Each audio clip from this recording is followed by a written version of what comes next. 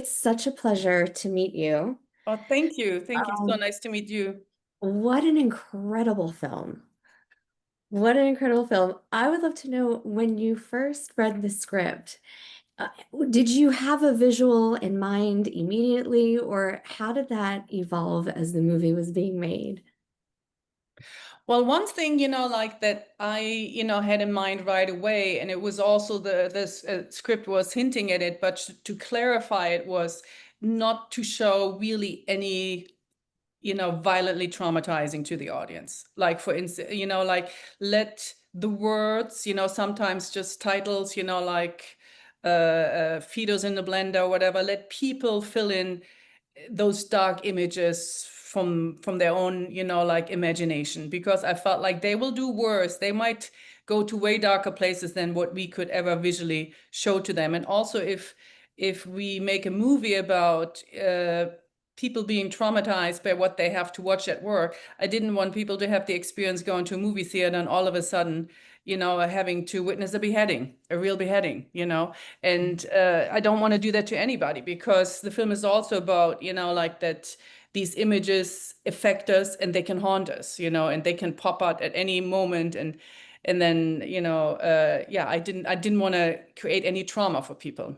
Yeah. And this is also why the video we created about the violent sexual assault is very cryptic. The images are, like you get to see very, very little, and yet still it affects people in an incredibly, like violent way, of all the images that they fill in between that we are not showing. Yeah. It felt to me watching it almost like it was an art that was an act like an art of activism. Hmm. It really opened my eyes to things that I had never seen done in the movies before. Did you have that feeling while you were making it? Um, you can always have a conceptual idea of how you handle certain things out of your own conviction or out of your own idea as a filmmaker, how stylistically you want to do it, how it affects people in the end, and how they connect to whatever they connect to and react to is something you can predict. That I always find amazing, and I'm blown away by, For instance, I felt like our film was this mixture of drama and thriller, but also dark humor.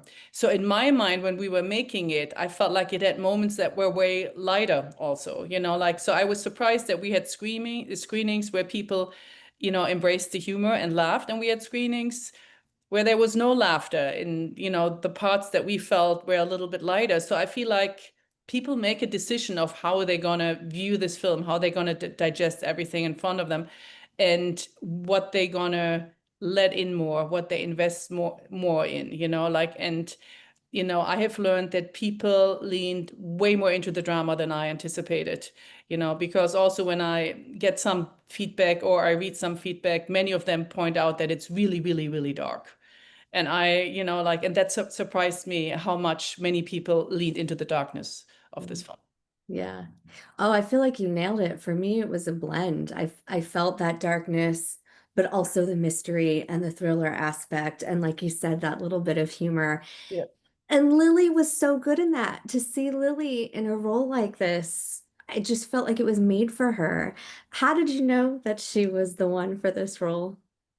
Casting is me. I learned a lot about casting. We had a terrific casting agent, Kelly Knox, like who was always a great advisor throughout the process. And what I learned about casting is that the actor who's right for the part will find it, you Yeah. know.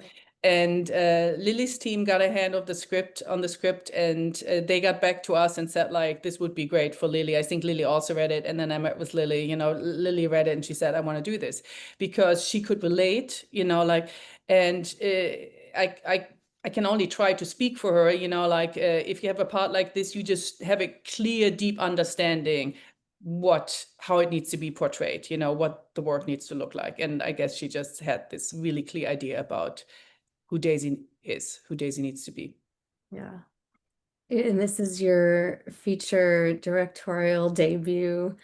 how, coming from a place of being a cinematographer and building these rich worlds visually, what was it like for you? Kind of, were you balancing the two while you were doing this, or like, how did you flex those muscles differently?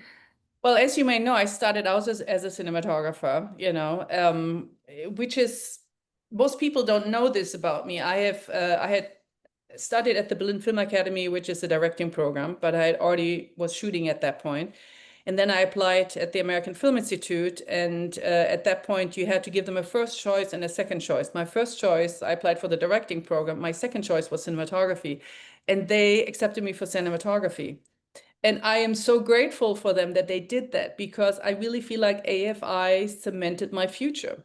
Because I think if I had been in the directing program, most likely I would have left after I was done with my studies, because it is very difficult to find work, right away, unless you're also writing your own material, as a director. So like, I'm here, let me direct your script. That's not really going to happen.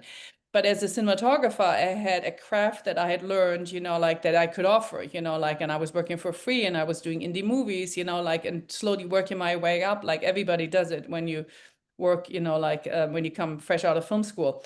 And that allowed me to, build a life for myself here in America, and keep working. And I loved being a cinematographer. It's in my DNA to create images. That's what drew me to making film or television in the first place. But then came a point where I felt like, so now I really want to explore the other side and work with actors, and create stories in a different way, in a different position. And then I became a director. So the visual world always followed me, but I just gave over to my very talented colleagues to take care of the camera department and bring their talent to the projects that I'm doing right now, like to collaborate with a cinematographer now. Wow. So this, I do want to get to like the crux of all of this with content moderation and social media. Did doing this film change your view on how we consume content, and maybe moving forward, how we should consume content? Ooh, that's a difficult question. I can tell you this. In no way am I trying to swing a moral, am I taking a higher moral route here. I find myself often just, chilling, and being on social media and watching stuff, be it like cooking recipes, artists, or researching something that I want to do, or trips or whatever, and looking at other countries, whatever it is. And before I know it, it's been 2 hours, and go like, what am I doing? So I totally fall into that rabbit hole as well. I personally have not encountered the really, really dark things that are on the web, because I don't search them out, so they're not part of my algorithm. But yeah, so that's what I can say about that. But I see diving into the script, into the story, and also watching a great documentary, The Cleaners, like about the subject matter, is that it feels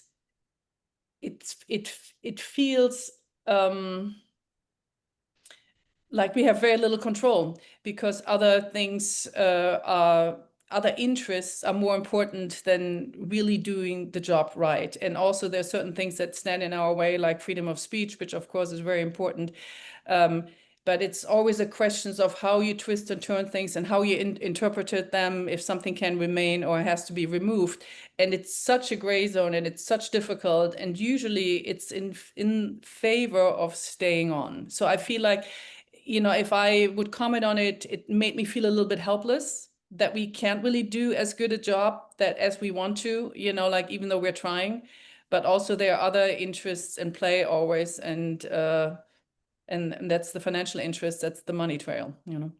Yeah, we live in a really interesting time with media and traditional media and social media. Um, okay, so if you could describe the movie in a hashtag, that's Oh my gosh. what would it be? I feel like other people do that so much better. It's the story about Daisy, who works at a content moderator company, and she is exposed to the worst that the internet has to offer. And one day she comes across a video that is deeply disturbing, and it affects in a way that it starts to haunt her, and she basically to make this obsession about this video stop, she feels like she has to jump into action and find the people who are responsible for creating this video. That's how I would describe it. It's a fantastic movie. Thank you so much for taking the time to speak Thank to me you, Sarah. today. It was a real pleasure.